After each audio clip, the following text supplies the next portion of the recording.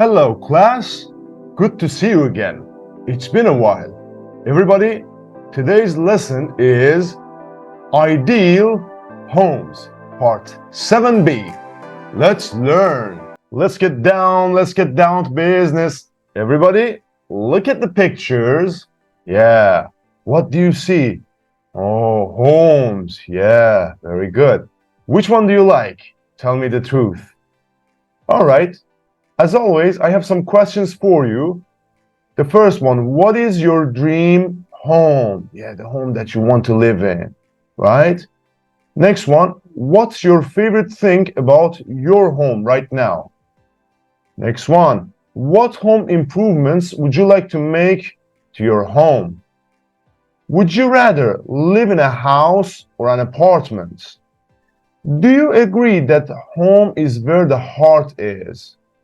Do you like being at home alone?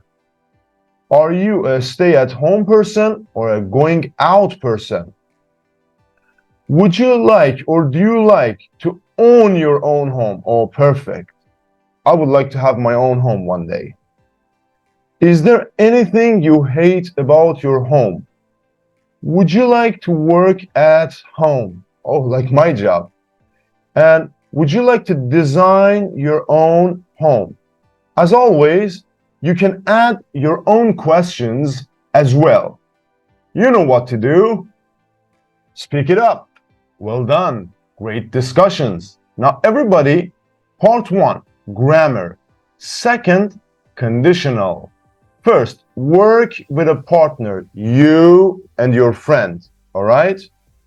Describe the two photos, all right? And then answer the questions. Number 1, which of these two houses would you prefer to live in? Why? And number 2, who do you live with? Do you get along well? Do you argue about anything? What is it? All right, you know the drill. Take your time, write your answers. Again, speak with your friends.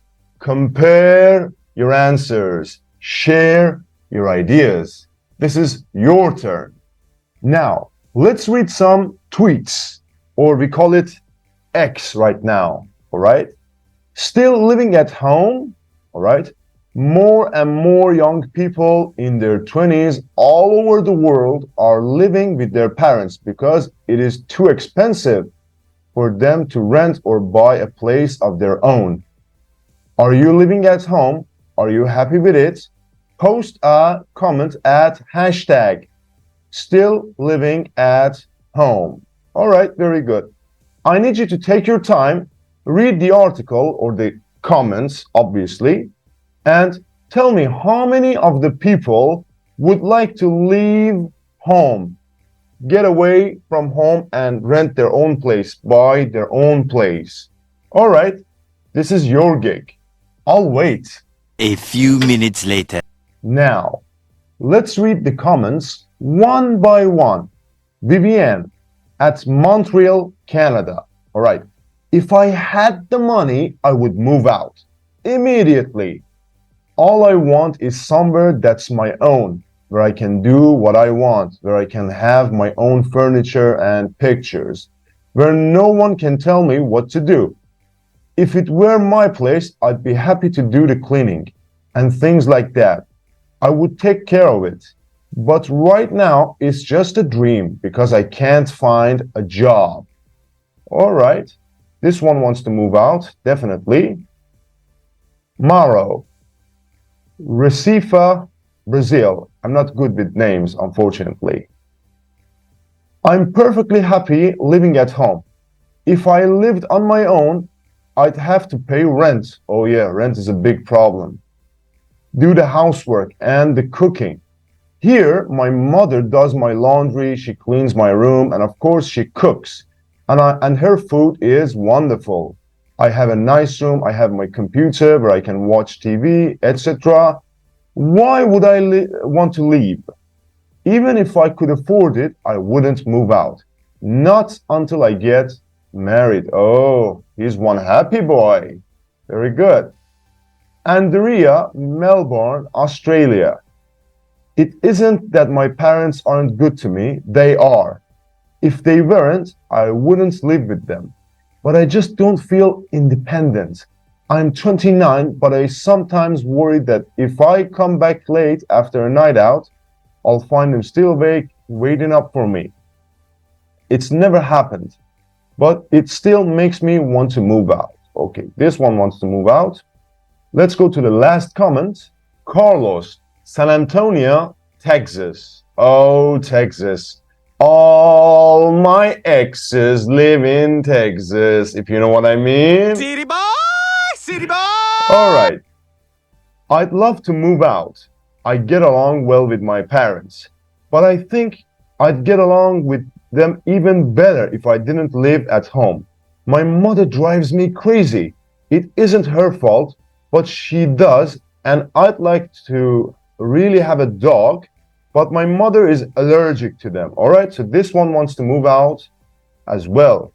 All right, very good. So how many of them want to leave home? Yes, you got it right. 3 of them. Now, I have another thing for you. Everybody, read the article again, all right? For example, who is not happy living at home because of family conflict, right? Each one of them. You can write the names. For example, Vivian, Andrea, Carlos. Again, this is your turn. A few moments later. Now, let's check your answers together again. Number 1, who is not happy living at home because of family conflict, family members fighting each other? Carlos. Who thinks his or her parents think of him or her as still being a teenager? Andrea. Number 3, who thinks that the advantage of living at home is not having to do any work? Of course, Mauro, the Brazilian one. And who would like to be able to decorate his or her home in his or her own taste? Vivienne from Montreal, Canada. Great! Now everyone, look at the article again and answer the questions in the highlighted phrases. Yeah. What tense is the verb after if? Let's see. If I lived on my own, I think it's past tense, right? Or if I could afford it, if I had money, yeah, so I think it's, yeah, the simple past. What tense is the other verb? Okay, if I lived on my own, I'd have to pay rent. Would have. I think it's the conditional form. Would plus the base form. Yeah. And number 3, do the phrases refer to a situation they are imagining or be a situation that will probably happen soon? Let's see. If I had money, I would move out. So I think it's a situation. If it were my place, I would be happy to do the cleaning. If they weren't, I wouldn't live with them. Okay, so I think it's a situation.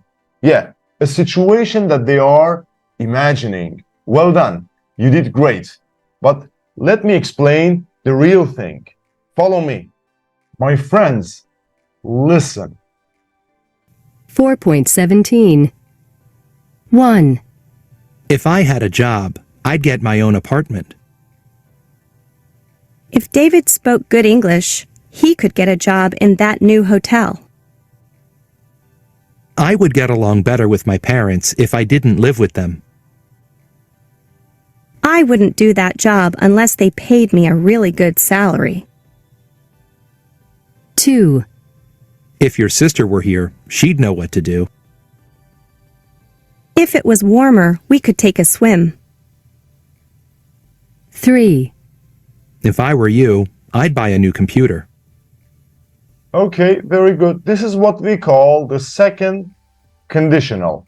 We use the second conditional to talk about a hypothetical, imaginary, it's in your mind, present or future situation and its consequence. For example, look, if I had a job, I'd get my own apartment, right? So we use the simple past after if and would or wouldn't plus the base form, could get, all right? For example, I'd get, right? Or I should know, right? Plus the base form of the verb in the other clause. We can also use could instead of would in the other clause as well. Now, after if, we can use was or were and I, he, or and she. All right, very good. For example, if it was warmer, we could take a swim. If I were you, I'd buy a new computer. We often use second conditionals beginning if, for example, if I were you. All right, if you want to give advice, if I were you, if I was in your shoes, I would buy that house, right? Supposed to give advice. Now, the first or the second conditional, what's the difference? Let me tell you. If I have time, I'll help you. This is a real situation. It's possible that I'll have time. First conditional. All right, so if it's possible, if it's not imaginary, it's first conditional. If I have time, I'll help you. If I had time, I would help you. This is hypothetical, imaginary situation. Don't actually have time. Second conditional. All right? Would, wouldn't plus the base form. Look, we often use would, wouldn't plus the base form without an if clause, when we talk about imaginary situations. All right? For example, my ideal vacation would be a week in the Bahamas. I'd never buy a car as big as yours. I know, it may seem a little bit tricky. Take your time, study this, and after that, let's master it together. As always, I have two sets of exercises for you. The first one, I need you to write second conditional sentences. For example, I not live with my parents if I not have to. Okay, I wouldn't live with my parents if I didn't have to. All right? Take your time, do it yourself. In the second one, first or second conditional, complete with the correct form of the verb. For example, look, I'll stay with my sister if I have to go to Boston for my job interview. All right? Or I'd buy my own apartment if I had enough money. All right? Take your time, stop the video, do it yourself. I'll be waiting. All right? No rush. Try to do it yourself. And when you finish, I need you to check it with your friends. Put your heads together. Learn from each other. Grow together. All right? Now, if you have done it, all right, let's do it with me. Number one, Nick wouldn't have to commute every day if he worked from home. Number two, if they didn't have such a noisy dog, they'd get along better with their neighbors. Number three, I wouldn't buy that bike if I were you. It's too expensive. Number four, we'd sell our house if somebody offered us enough money. Number five, if my mother-in-law lived with us, we'd get divorced. Number six, would you share an apartment with me if I paid half of the rent? Number seven, if my sister cleaned her room more often, it wouldn't be such a mess. Number eight, you wouldn't treat me like this if you really loved me.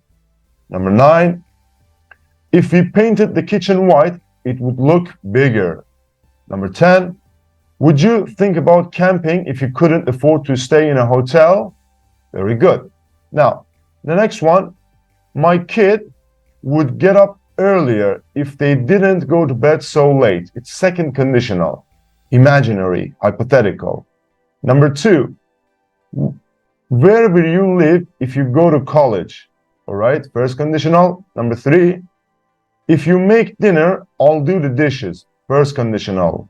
Number four, if you lose your job, what will you do? Again, first conditional. Number five, we wouldn't have a dog if we didn't have a yard.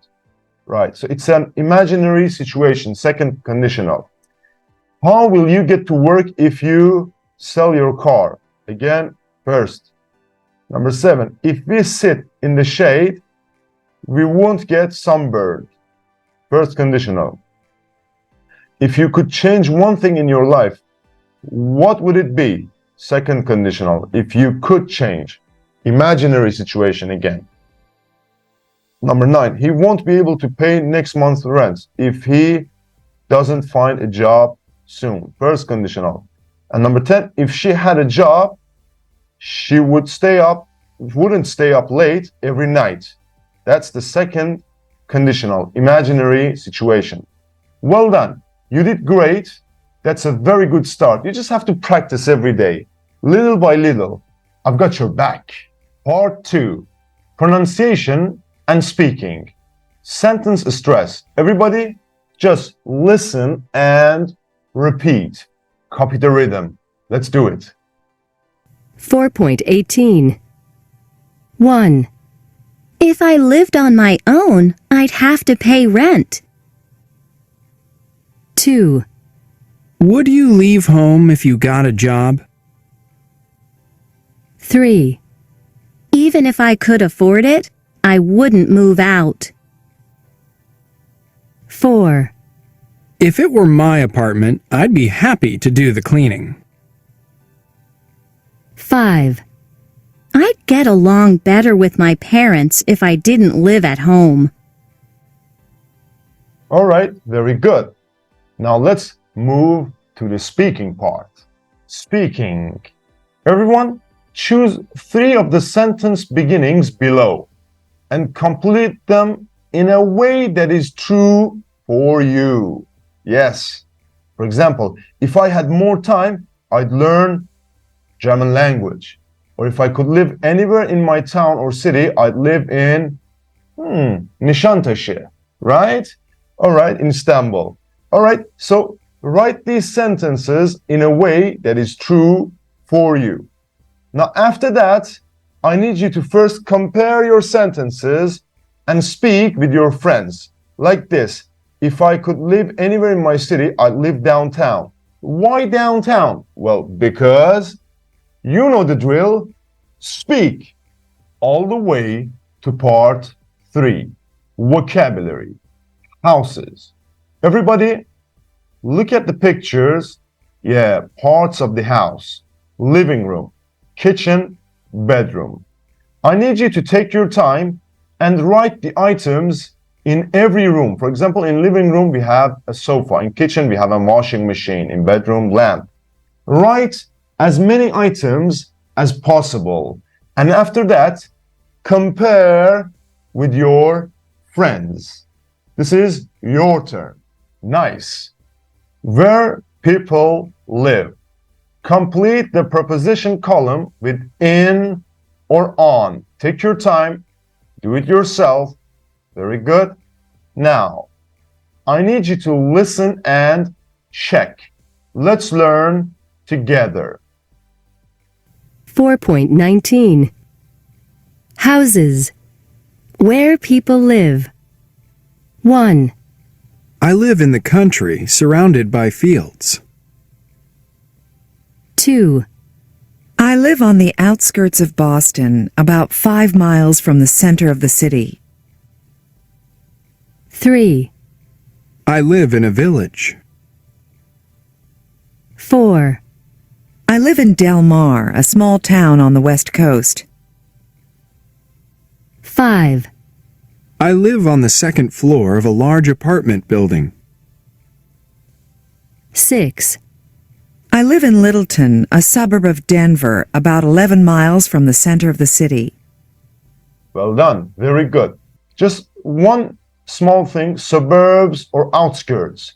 The suburbs is a residential area, I repeat, residential area outside the center of a large city. For example, Littleton is a suburb of Denver. The outskirts is the area around the city that is the farthest from the center of the city.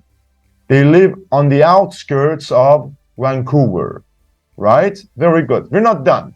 Follow me. Carefully look at the pictures. Yeah, an apartment building, and this is a house. I need you to match the words and pictures. Use the numbers in each one. Take your time, stop the video, and do it yourself. No help from anyone. This is your turn. Very good. Now, I need you to listen and check. 4.20 Parts of a house or an apartment building. An apartment building. 2, balcony, 5, basement, 3, entrance, 4, first floor, 1 top floor, A house. 1, chimney, 3, deck, patio, 7, gate, 2, roof, 4, steps, 5, walkway, 6, wall,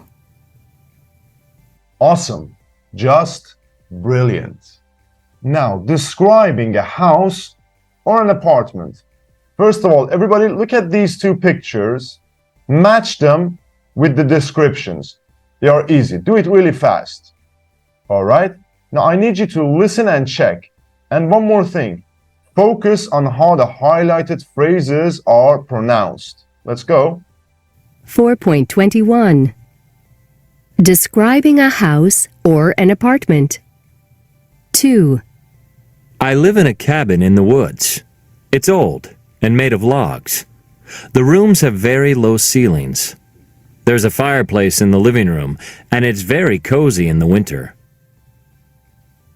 1, I live in a modern apartment in the city. It's spacious and very light, with wood floors and big windows. Okay, well done. You did great. Now, everybody, chimney or fireplace. In English, chimney only refers to the structure on the roof of the house. Fireplace is the place where you burn wood or coal, right? For example, this is the fireplace. If you go up outside, there is the chimney. All right. Roof or ceiling. Roof is the top part of a house. Ceiling is the top part of the room. Yeah, that's the difference. Very good. Just one final thing for this part, and we can continue. All right. Now, what's the difference between the outskirts and the suburbs? A village and a town. A roof and a ceiling. A balcony and a deck. A chimney and a fireplace. The basement and the first floor. Wood and wooden. You can use Google to help you.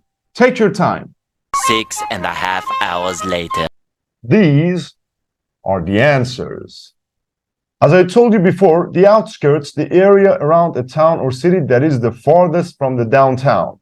The suburbs, a residential area outside the center of a large city. A village, a very small town located in a country area. A town, a place where people live and work, which is larger than a village, but smaller than a city. A roof, the structure that covers the whole house. A ceiling, the top inside surface of a room.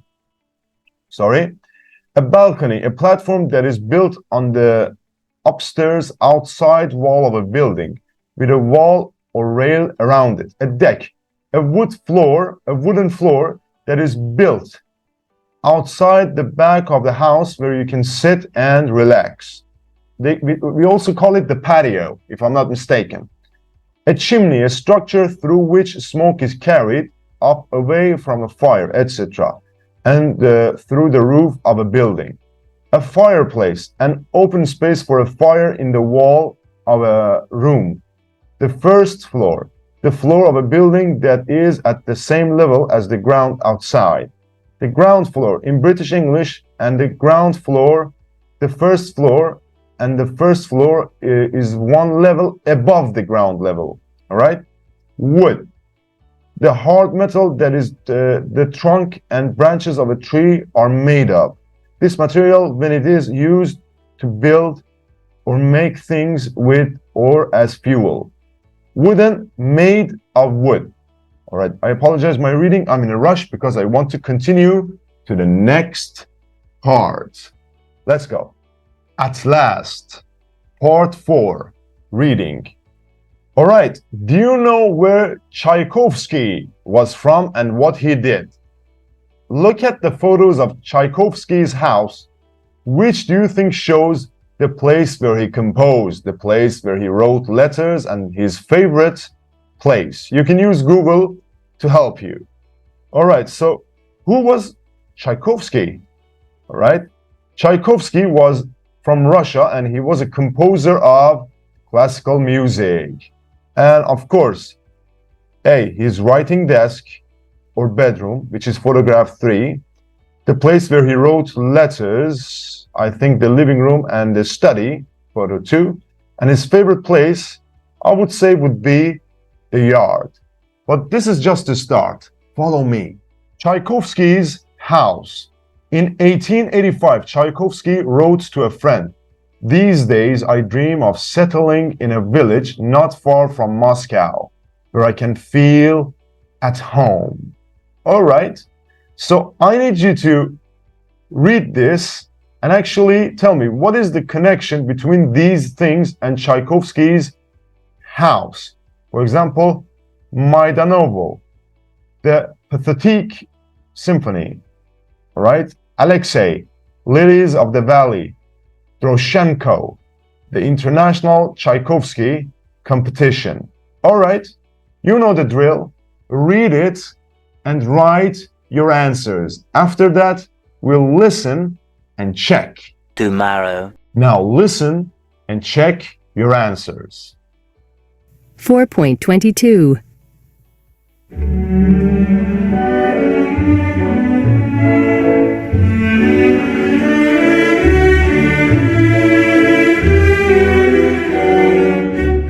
In 1885, Tchaikovsky wrote to a friend, "These days I dream of settling in a village not far from Moscow where I can feel at home." First, he rented a small house in the village of Maidanovo.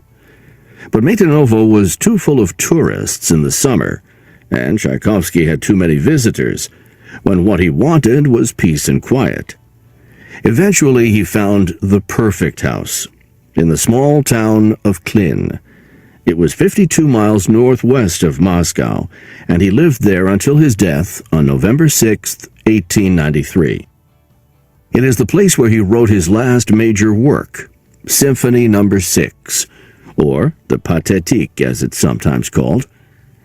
It's a gray wooden house with a green roof. Tchaikovsky's servant Alexei lived on the first floor, and the kitchen and dining room were on the second floor. Tchaikovsky himself lived on the third floor. The living room and study, where his piano is located, is the largest room in the house, and there is a fireplace and a bookcase with his music books. His writing desk, where he wrote letters every morning after breakfast, is at the end of the room. But the place where he composed music was in his bedroom, on a plain, unpainted table overlooking the yard. In his final years, Tchaikovsky's great love was his yard. It was not a neat English-style garden, but more like a forest. He adored flowers, particularly lilies of the valley, and after his death, his brother Modest, who had decided to turn the house into a museum, planted thousands of lilies of the valley around the yard. In 1917, after the Bolshevik Revolution, an anarchist named Doroshenko lived there with his family. People say that he fired shots at the portrait of Pope Innocent hanging in one of the bedrooms. He was finally arrested in April, and the house became the property of the state. Since 1958, the winners of the annual International Tchaikovsky Competition have all been invited to come to Klin to play his piano. And there is a tradition that each musician plants a tree in his yard, in the hope that, like his music, it will remain beautiful forever.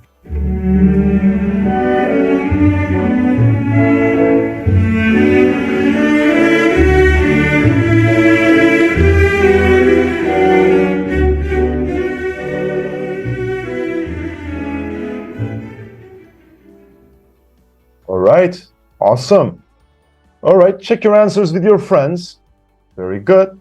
So Maidanovo, the village where Tchaikovsky rented a small house after leaving Moscow. It was too full of tourists and visitors, and this is why he later moved to the house in Klin. All right. The Pathetic Symphony. All right. The Pathetic Symphony, he wrote it in the house in Klin. Alexei was Tchaikovsky's servant and lived on the first floor of the house. Lilies of the Valley, Tchaikovsky's brother planted thousands of lilies in the yard after Tchaikovsky's death, as Tchaikovsky adored flowers, particularly lilies of the valley. Droshenko was an anarchist who lived in Tchaikovsky's house after the Bolshevik Revolution. People say he shot at the painting in one of the bedrooms. All right. And the International Tchaikovsky competition, the winner goes to Klin, plays on Tchaikovsky's piano and plants a tree in his yard. Interesting. Now, we have some highlighted words. I need you to match them with their definitions. Do it together with your friends. Learn from each other. I'll wait. 12 seconds later. Okay, let's do it together. Number 1, in good order, neat. Number 2, stay or continue, remain. Number 3, having a view of, overlooking. Number 4, fixed to a wall with a cord, hanging. Number 5, make something, become, turn into. Number 6, without a pattern or decoration, plain. Number 7, something that is owned by someone, property.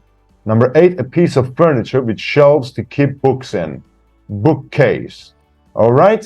And that's all there is to it. But I have a question for you. Have you ever visited the house where a famous person was born or lived? Where was it and what do you remember most about it? For example, if you ever come to Turkey, we have Dolmabahçe, where Atatürk, the father of the Turks, may he rest in peace, lived his final days. I suggest that you visit it. This is my experience, but what about your experience? Share it with us. Okay, listening and speaking, part 5. Listen to 4 architecture students, all right, describing their dream house. Which speaker house is the most high-tech, the most luxurious, the most eco-friendly, and the most romantic? Listen and number them. Let's go. 4.23.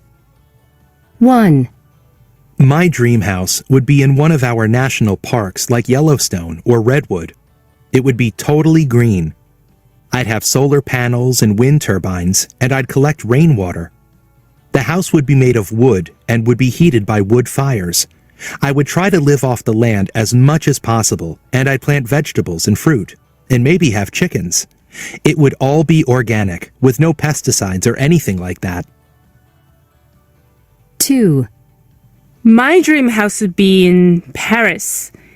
It would be on the top floor of an old apartment building, and I'd have a view of the Eiffel Tower or Notre Dame. It would be full of furniture that I'd found in antique shops, places like that, and amazing paintings, one of which would turn out to be an undiscovered Picasso or Matisse. There would be a beautiful old dining table and chairs for candlelit dinners. Then all I'd need would be the right person to share it with. 3, My dream house would be an apartment in Soho in New York City. It wouldn't be too big. It'd just have a couple of bedrooms and a huge living room with a home theater.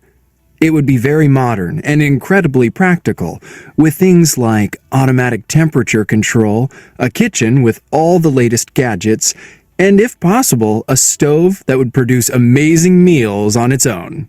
I'm a lazy kind of guy. 4, If I had to choose where to live, I'd choose Hawaii. So my dream house would be made of glass with the most amazing view of the beach from every room in the house.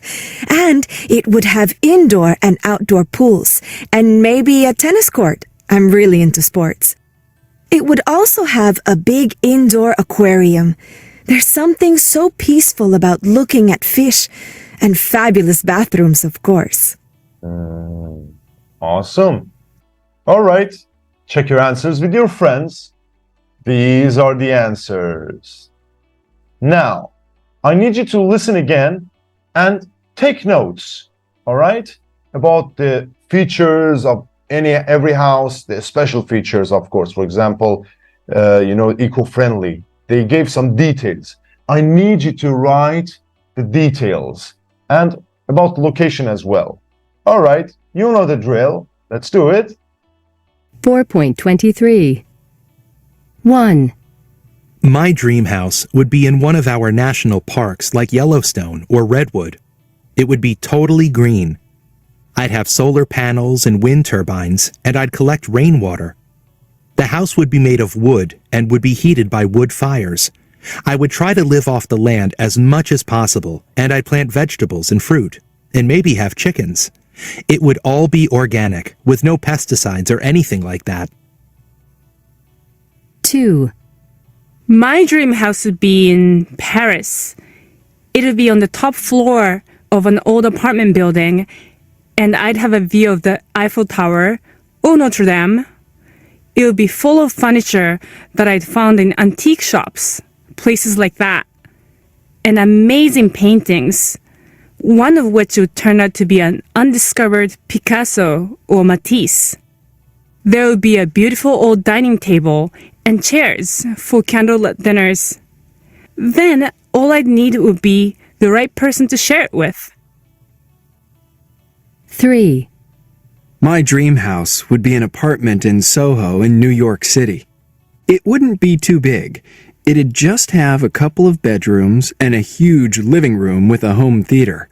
It would be very modern and incredibly practical, with things like automatic temperature control, a kitchen with all the latest gadgets, and if possible, a stove that would produce amazing meals on its own. I'm a lazy kind of guy. 4. If I had to choose where to live, I'd choose Hawaii. So my dream house would be made of glass with the most amazing view of the beach from every room in the house. And it would have indoor and outdoor pools and maybe a tennis court. I'm really into sports. It would also have a big indoor aquarium. There's something so peaceful about looking at fish and fabulous bathrooms, of course. All right, very good. These are the notes. These are my notes, of course. So compare them with your friends. Very good. For example, let me show you one by one. Location. In a national park like Yellowstone or Redwood. Special features, solar panels, wind turbines, rainwater collected, house made of wood and heated by wood fires, land with vegetables and fruits, chickens, all organic. So this one was the most eco-friendly. All right, number 2, the most romantic. Location, Paris. The special features the top floor of an old apartment building with a view of the Eiffel Tower or Notre Dame in Paris, full of furniture from antique shops and amazing paintings, a beautiful old dining table and chairs. And next one, location, Soho in New York City. I guess this is the third one, the most high-tech. Not too big an apartment, a couple of bedrooms and a very big living room with a home theater. Very modern and incredibly practical with, for example, automatic temperature control, a kitchen with all the latest gadgets. And the last one, number 4, it was the most luxurious. Location, Hawaii. Special features made of glass with amazing view of the beach from every room, indoor and outdoor pools, a tennis court, a big indoor aquarium, fabulous bathrooms. All right, very good. That's all there is to it. Now, I need you to listen to 4 sentences that the students said. Why do the speakers use wood? All right, let's do it. 4.24. 1, It would be totally green. 2, There would be a beautiful old dining table. 3, It wouldn't be too big. 4, It would have indoor and outdoor pools. All right, very good. So, the speakers use wood plus infinitive because they are talking about something hypothetical, imaginary. It's not real. It's their dream, yeah? And it's called, I guess, what? The second conditional, when it's imaginary. That's all there is to it. Now, this is the last set in the house, writing. The website homerent.net is for people who want to rent out their houses while they are away on vacation. Read 2 posts from the website. Which one would you prefer to stay in for a 2-week vacation and why? All right? You know the drill. Read and tell me. 3 days later. All right, so which one do you prefer? Tell me. All right, okay. Wise choice, wise choice. Now, I need you to read about the apartment in Mexico City again and underline any adjectives that help to sell the apartment. What do they mean? Read the advertisements. I'll be waiting. Day 2. All right, now let's read the ad. Beautiful 1-bedroom apartment in Mexico City. This apartment is perfectly situated on a quiet street in Mexico City's Reforma area. It's a cozy 750 square foot apartment on the first floor of a 3-story building. It has 1 bedroom with a queen-sized bed, a spacious living or dining room, a modern, well-equipped kitchen, and a bathroom. There is a beautiful view of a flower-filled courtyard from the living room windows. The living room has a big table, which is ideal for having a meal with friends, and there is also a large flat-screen TV. The apartment has tile floors, air conditioning, satellite TV, and Wi-Fi internet. The Reforma area is a lively neighborhood near the center of Mexico City with plenty of stores and cafes. The apartment is walking distance to Paseo de la Reforma, one of the Mexico City's widest streets designed to look like a grand European boulevard. It's 10 minutes away from a subway station and a bus stop, so you can visit the city very easily. This apartment is ideal for a couple who would like to go sightseeing in this beautiful city. It's a non-smoking apartment and pets are not allowed. All right, so they said quiet, cozy, spacious, modern, well-equipped, beautiful, flower-filled, big, large, lively, non-smoking. Not bad. Now, I need you to read about the Thai villa, all right? And improve the description by replacing the word nice with one of the adjectives below. Often there is more than one possibility. So we have amazing, luxurious, beautiful, magnificent, breathtaking, perfect, great, spacious, ideal, superb. Again, this is your gig. I'll be waiting. Day 3. All right, now these are my answers. Beach villa in Hua Hin, Thailand. Hua Hin is a beautiful vacation resort town on the northern part of the Malay Peninsula, about 120 miles south of Bangkok. Our house is spacious. It has 3 double bedrooms, a living room, and it has a beautiful, luxurious, suburb kitchen, right? You can say that. And 4 bathrooms. All the rooms have air conditioning, and the bedrooms all have an attached private bathroom. There's a, you can say, beautiful or spacious patio. You know what patio is, right? I taught you. With a table and chairs, so you can eat outside. There's an amazing, or you can say there are amazing, breathtaking, magnificent suburb views, right? Of the mountains in the distance. There is a suburb, pretty, beautiful yard garden, all right? With flowers and a swimming pool. There is also a hot tub, which is relaxing to use after a long day of sightseeing. The house is near an amazing, magnificent suburb beach where you can play a lot of water sports. It's also a short drive to 2 floating markets where you can buy food, flowers, jewelry, and souvenirs. This house is perfect for a family with children or 2 or 3 couples.